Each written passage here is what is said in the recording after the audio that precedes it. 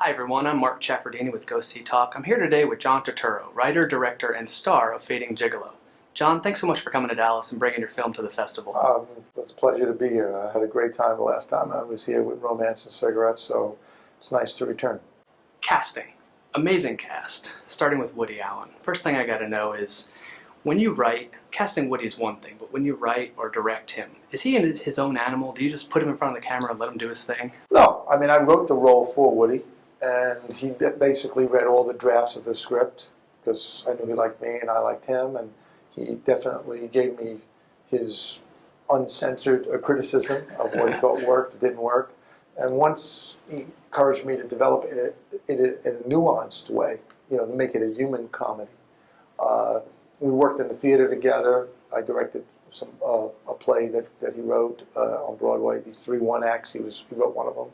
So I got to know him in one way. So, it was all designed for him. And when I had nothing to say to Woody, I let him improvise a little bit, but he basically stayed within the script. And it was very easy to work with him because we had known each other already. I directed him more with the kids and with Vanessa Paradis. But he was very easy if I asked him for any adjustments or whatever, and or told him, listen, if you want to fool around, you can fool around with this or that. He's a real pro, and he's very disciplined, and he was great with everyone, off camera and on camera. Mm-hmm. He was really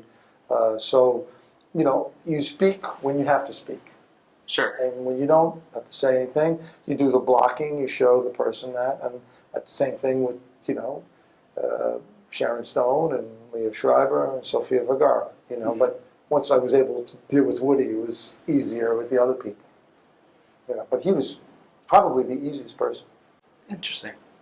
Well, the film comes across it's a very calmly stated narrative, perceptively simple, and I'm wondering, when you were writing it, do you think that you could, because it seemed like you had a lot of comfort in front and behind the camera, could this have been done 20 years ago before Mac, or did you need Mac and Illuminati to kind of get you this? I think that there's a maturity in the film because it's very, people seem to be laughing a lot and going along with it.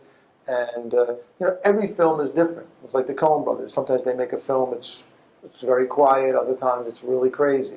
But I do think there is, sometimes I think Abraham Lincoln said it, there's nothing stronger than gentleness. And there's something gentle in the movie, and also about, because we're exploring people's, unending need, for intimacy. And sometimes people don't want to have any emotional attachments when they do that too. And then they realize that that's not so easy to do. Mm-hmm. I think that it's the most delicate film I've directed. That doesn't mean like every film would be this, but you learn a lot with that. So yes, I do think there's a progression. Okay. Absolutely. Well, they say that authors write what they know, and I'm wondering, is Fading Gigolo your way of telling us a little something about John Turturro we don't know, or were you just... Obviously, it's things I'm interested in. Uh-huh. I'm interested in human relationships and sex and religion. Mm-hmm. So it's things I'm interested in. You don't have to be, every profession that you portray, but you can also investigate a side of it that you want to use. You don't have to investigate, say, the sordid side of it. When I talked to streetwalkers, they were saying, hey, sometimes I help people. I teach people things. There was the word, I release tension. Sometimes people are grieving. So there could be almost like a healing process that can be going on. Mm-hmm. I think the film is about sort of the healing process of like the healing sensuous touch, something like that, if you want to say it. And that's what it's about. It's about how people, need that and want that, and it never ends. And that's why these people are around. Mm-hmm. It's also about people having to reinvent themselves at a different time in their life, and about different kinds of sexuality. I think it's only represented in a very reductive fashion a lot of the times. Okay. And I think there's something that's okay, but it's something very flat about it and not very helpful, and actually not that interesting to me, as a person. So I tried to make a film that would at least resonate with you, as a view and say, oh, yeah, I get that, you know. Or I could be that guy in this situation if I had no money or whatever. That's why I wanted to have like a regular guy like myself do it, because all of us have our own sexuality, you know what I mean, and our own need for intimacy. You know.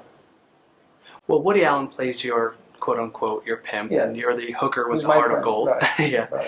And you kind of come through like a character arc, but there's sort of no finality to the movie. Did you mean for it to be sort of ambiguous? Well, I think there's some finality. I mean, this woman opens up. They have there's a wonderful exchange, and then she's given to the man who's been pursuing her, played by Liev Schreiber, Sure. who doesn't know how to talk to a woman, and he realizes, wow, she makes a huge step. She defends herself in front of her community, and then he goes back to his friend, you know, and that's like his father in a way.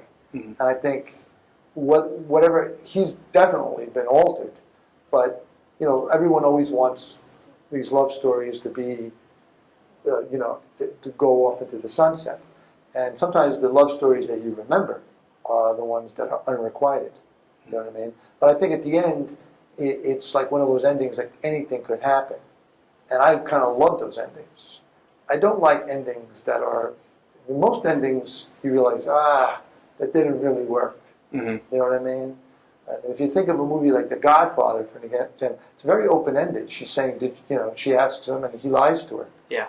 And he closes the door, and, you know, and he's going to go off and do something else. We don't know what he's going to do at the end, but we know that they're going to probably stay together. And they have this relationship. So I like things that have that. I like writers who write like that. And I think, you know, the audience enjoys that, actually. More than what, you know, sometimes studio executives tell you that they want. Sure. But that's, in a way, it's a happy ending, but it's open-ended a little bit. Yeah.